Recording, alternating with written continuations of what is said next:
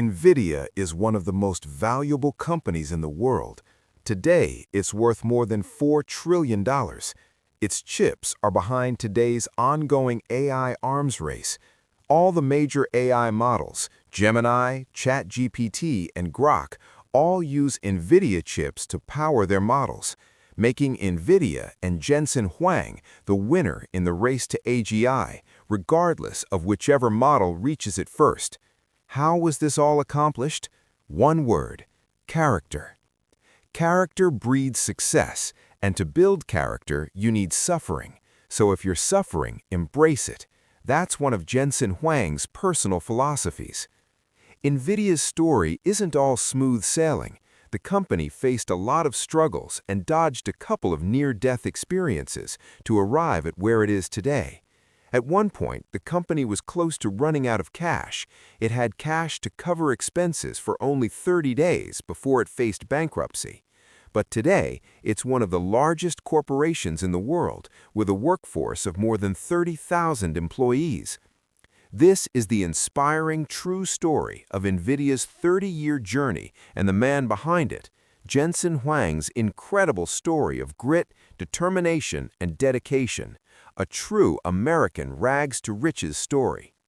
Jensen Huang was born in Taiwan in the 1960s. His father was a trained chemical engineer, and his mother was a teacher. In the 1970s, his father visits New York, and he's enamored by America's can-do spirit. It appears to him his children can have a bright future if he somehow can get them to the U.S. And soon enough, albeit because of an emergency, Jensen's parents' wish of sending their kids to America comes true. Jensen's family first moves to Bangkok, Thailand, because of a job his father lands in the city. Life in Bangkok is smooth and comfortable until sweeping unrest hits the country. It's chaos in the streets of Bangkok as a full-on revolution gets underway. Fearing for their children's safety, Jensen's parents decide to send their two boys to live with relatives already settled in America. And so, 9-year-old Jensen and his older brother find themselves in rural Kentucky, in what still is the poorest county in America. By mistake, thinking it is a boarding school, Jensen's uncle enrolls the two boys in a reform school for troubled kids. The school was originally established in the 1800s to house children of rival feuding families. Jensen has a tough time at the school. His roommate is a 17-year-old tough kid with scars from multiple stab wounds to prove it. But the roommate takes Jensen under his wing. He introduces Jensen to physical exercise, and seeing the benefits, Jensen takes to it, a habit that has stuck with him till this very day. While the boys in the boarding school, including Jensen's older brother, are put to work in the school's tobacco fields, at just a mere 9 years of age, Jensen is deemed to be too young for such work, so instead, he's assigned to clean all the toilets in the dormitory. Today, Jensen often jokes that no one has cleaned more bathrooms than him. During this period, the only way Jensen and his older brother are able to keep contact with their parents is by recording their messages on a tape recorder and then mailing it to Thailand. Their parents first listen to the tape, then record their own messages over it. This is the only way the family stays in touch for more than 2 years until the parents are able to emigrate to the U.S. At the school, Jensen picks up the sport of playing ping pong. He takes to the sport naturally and turns into a skilled player, so much so that a fan gives him a shout-out in a letter to the Sports Illustrated magazine. The letter also mentions that Jensen pays for the club's fees by working. What does he do for work? You guessed it, he cleans the club's bathrooms. No one has cleaned more bathrooms than Jensen for sure. Jensen also gets to travel to Las Vegas for a tournament. It's his first time in Vegas, and he's captivated by the city. He barely gets any sleep, and so he bombs in his game the next day. But after a few months, he makes a comeback and finishes third in the Nationals. Jensen also picks up work waiting tables at a local Denny's diner. There, Jensen learns to take pride in the quality of his work, no matter how small the task is. He times himself when delivering food to patrons to see if he can improve. He also tries to be the waiter who carries more cups of coffee at a time. But Jensen doesn't like it when the diner's patrons order milkshakes. It takes too long to prepare and as much time to clean up. He often tries to coax the customers into ordering other drinks, though, not always successfully. After high school, Jensen decides to go to college and study electrical engineering, but fate also has something in store for him. He meets his future wife there. His pickup line is one for the books. "Do you want to see my homework?" Who can resist that, right? Following graduation, Jensen gets a job at a tech firm and settles down. Two other men are also involved in Nvidia's story, Curtis Preem and Chris Malachowski. Preem is an electrical engineering student with a knack for programming. During college, he programs a computer billiards game and an early version of an image recognition software, a harbinger for future programs he will write. Malachowski, on the other hand, is a medical student, but a single course in physics will alter his path of life. He enjoys the course. He realizes engineering comes naturally to him, so he decides to quit medical school and study electrical engineering instead. He's terrified telling his parents, though, because he thinks it will break their heart, but he summons his courage and makes the dreadful call. To his surprise, his parents are glad, relieved even. His mom tells him she's happy he found something he's passionate about because she always knew his heart wasn't in medicine. Given the green light from his parents, Malachowski finishes his degree in electrical engineering and starts looking for jobs. Meanwhile, Preem, after coasting through a few jobs, he goes from one job to another because, unlike today, startups in the 70s almost never offer equity. Preem settles in a job at Sun Microsystems, and when Malachowski arrives looking for a job, Preem hires him. Preem is in a conundrum. He's tasked with designing a new chip, but his boss and his superior disagree on one issue, a graphics card. Preem wants to add a separate graphics card to the chip, but the superior disagrees. Disregarding him, Preem decides to add a graphics card to the chip, and he elicits Malachowski's help. The two go ahead with their work, and when they have to outsource particular tasks, as fate will have it, they outsource it to a company Jensen is working for, and luckily, Jensen is assigned to work with them. The trio, future Nvidia founders, finally meet, and when the design of the chip, with the graphics card included, is finished, the stars align. The boss has a change of heart and decides for a graphics card to be included in the chip. The new chip is released to the market, and it is a hit. Regardless of the chip's success, Preem decides to write a program for a flight simulation game to further demonstrate the chip's capabilities. He spends hours in local airfields observing the flight characteristics of aircraft just so he can make his simulation game mimic aircraft ultra-realistically. When the game comes out, it also is a resounding hit. Emboldened by their recent success, the trio are ecstatic, but they don't rest on their laurels. The lack of initiative and the crippling bureaucracy in the companies they work in dejects them. They agree to pitch a new chip design for executives at Samsung. When they tell Jensen about their idea, he wants to help. But then Jensen has an epiphany. "Why don't the three of us start a company and design the chip for ourselves?" he says. They all agree to quit their jobs, but they disagree on who should quit first. Malachowski's spouse is not too thrilled with him quitting his job, so they insist Jensen quit first. At the same time, Preem's superior doesn't want him to quit. He lets him in on a secret project the company is working on, an open-source computer programming language called Java.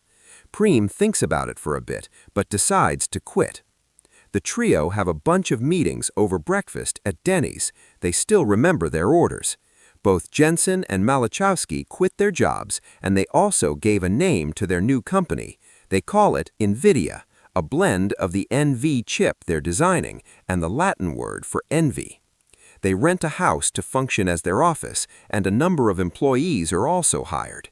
After some effort, they sort of have a working prototype, so they decide to try their luck attempting to raise funds in the VC circuit. Jensen's former boss is optimistic about Jensen's prospects, so he arranges for Jensen to meet the head of Sequoia Capital. Sequoia Capital is one of the largest venture capital firms in the U.S. It seems to be a lucky break for Jensen and his pals. But unbeknownst to them, the head of Sequoia hates product demos during presentations, and the trio, thinking it will help demonstrate the capabilities of their new chip, present a demo of an early version of a virtual reality headset.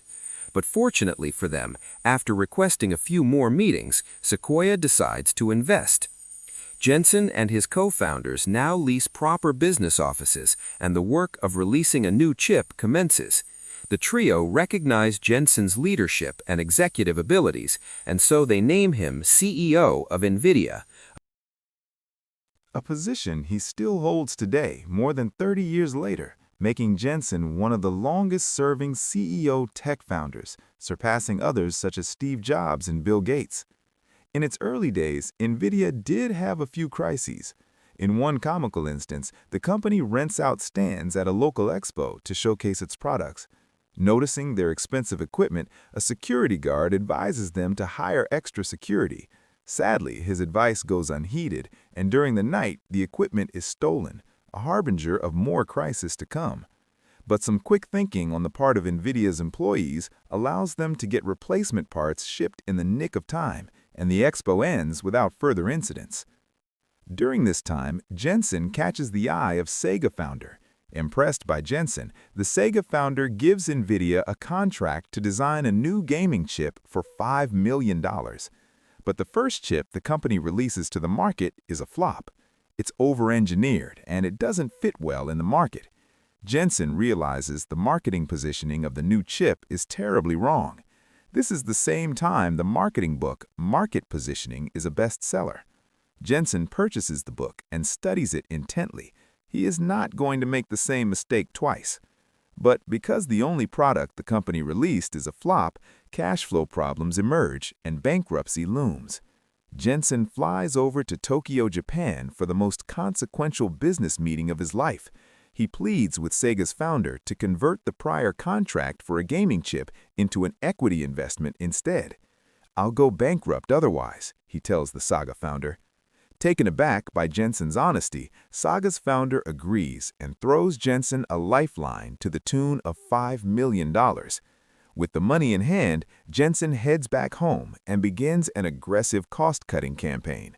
Half of the workforce is let go, and the remaining employees are expected to work round the clock. Jensen's work ethic is legendary. He's up early in the morning reading thousands of emails. Then, after some high-intensity workouts, it's straight to the office for 14-hour workdays. Jensen usually arrives at the office early and stays there late most evenings. Even when he's on vacation, Jensen still works. Scotch in hand, reading emails is Jensen's idea of relaxation. But it's that level of grit and dedication that has enabled Nvidia's meteoric rise, and Jensen expects the same level of dedication from his employees. When one of his subordinates informs him that some of the employees are complaining about the long hours, Jensen replies, "I'm sure Olympic athletes also complain about the long training hours." Message clear: either perform or leave. Jensen wants his employees to work at the speed of light. He wants them to be fearless, to fail and iterate fast, to come up with innovative solutions. He also expects his employees to always have their hands full. In one amusing incident, Jensen strikes up a conversation with an employee at the urinal. "What's new?" he asks. "Nothing much," replies the employee, only to be faced by a disapproving side-eye from Jensen. Quickly realizing the error of his ways, the employee rattles off 20 projects he and his team are working on. "Good," says Jensen, and leaves. In designing its next chip, the company is short of cash. Usually, chips are first designed, and then a prototype is fabricated to check for errors. Those errors are corrected, and then another prototype fabricated for further testing. This process continues for multiple iterations until it results in an error-free chip. But Nvidia doesn't have the funds to finance the fabrication of multiple rounds of prototypes. Thinking on his feet, Jensen learns of a company that manufactures equipment that enables companies to virtually test their chip designs. But when he calls the company to inquire about the product, they inform him the company is out of business. But lucky for Jensen, they have one product in inventory. Jensen gutsily purchases the machine, called an emulator, with the company's last $1 million. If the machine doesn't work, that's it for Jensen and Nvidia. Virtually testing chips on the machine proves to be a very slow and frustrating process. Some tests run for days. In one amusing instance, engineers leave a test running during the weekend, only for a janitor to unplug the machine and plug in a vacuum cleaner instead, cutting the test short. The engineers are livid when they arrive on Monday. But despite the challenges, the machine works, and Nvidia is able to release a working chip without multiple prototype fabrications, setting a new standard that still holds in the industry. Nvidia is always paranoid, though, and he prefers his employees to be paranoid too. "Always think as if we will be bankrupt in 30 days, he often says. But he's also very competitive to the point of appearing vain sometimes. This trait routinely is on display during office ping-pong matches. Jensen destroys his opponents during these matches. Even though he works his employees hard, Nvidia is a generous company to work for. Nvidia offers their employees many generous perks, including free food, breakfast, lunch, dinner, including snacks. In one particular instance, Jensen is faced with a tight deadline and he needs to hire extra low-skilled workers, whom Nvidia employees call blue coats. The new hires are surprised by the free food on offer, and so they raid the company's cafeteria, much to the consternation of existing employees. Nvidia employees are dumbfounded when they see the new hires take out grocery bags from their cars to take their fill from the company's cafeteria. Nevertheless, Jensen orders the employees to let the short-term hires have their way. He sends out a humorous email titled, "Give a blue coat your pork chops." All this hard work and constant grind brings forth prosperous times to Nvidia. The latest chip Nvidia releases is a success in the market. Nvidia also ramps up the 18-monthly new chip release schedule. They start releasing new chips twice a year, in line with the product refresh cycles of PC makers, a cadence their competitors find difficult to imitate. Nvidia also manages to snap up a lucrative contract to produce graphics chips for the new Microsoft gaming console, Xbox. Jensen basically snatches it up from a competitor. Nvidia is a tough negotiator with his competitors. He even has a philosophy of how he manages his business relationships. It's called rough justice, meaning sometimes one party gets the better end of the deal and vice versa at other times, but it balances out during the duration of the partnership. In 1999, Jensen decided to take Nvidia public. The initial IPO has the shares valued at $12. Employees make humorous bets of how much they think the shares will be worth in a year. One employee blurts out a ludicrous assumption. He thinks Nvidia shares will be worth $100 within a year. Laughter erupts. "If it reaches 100, I'll shave my head," one employee pledges, and more such pledges continue. Even Jensen gets into the racket and pledges to get his ears pierced if the shares ever reach the unlikely price of $100. To everyone's surprise, the shares surpass that mark before the year ends. A lot of heads are shaved, and Jensen gets his ears pierced, which he still rocks today. But it's not all sunshine and roses. Nvidia's meteoric success starts to put stress on some long-standing relationships. Priyam doesn't realize that circumstances have changed and that he needs to become more of a team player. He routinely changes and updates programs without informing the company's other engineers, frustrating them. They go to Jensen with the issue. Jensen tells Priyam to be more of a team player, but Priyam can't bring himself to, so he decides to leave Nvidia. Nvidia is keenly aware of the innovator's dilemma. Innovators must keep on innovating, but some become complacent and rest on their laurels only to be overtaken by innovations that render them obsolete. So Jensen is always on the lookout for anything new. He notices that AI researchers use a new kind of parallel computing compared to traditional computers. He realizes that Nvidia's gaming chips are well suited to this type of computing. Nvidia is about to be right in the middle of the upcoming AI boom, thanks to Jensen's keen eye for new opportunities. He positions the CUDA language used by Nvidia programmers to be more popular, and the rest is history. As the AI boom takes hold, Nvidia's value skyrockets, taking Jensen's net worth along with it. Today, Nvidia is the most valuable company in the world. At one point, its valuation reached $5 trillion, and Jensen's net worth is close to $180 billion. AI is proving to be the most transformative technology in human history, and Nvidia and Jensen are right in the middle of it. Subscribe and like for more content.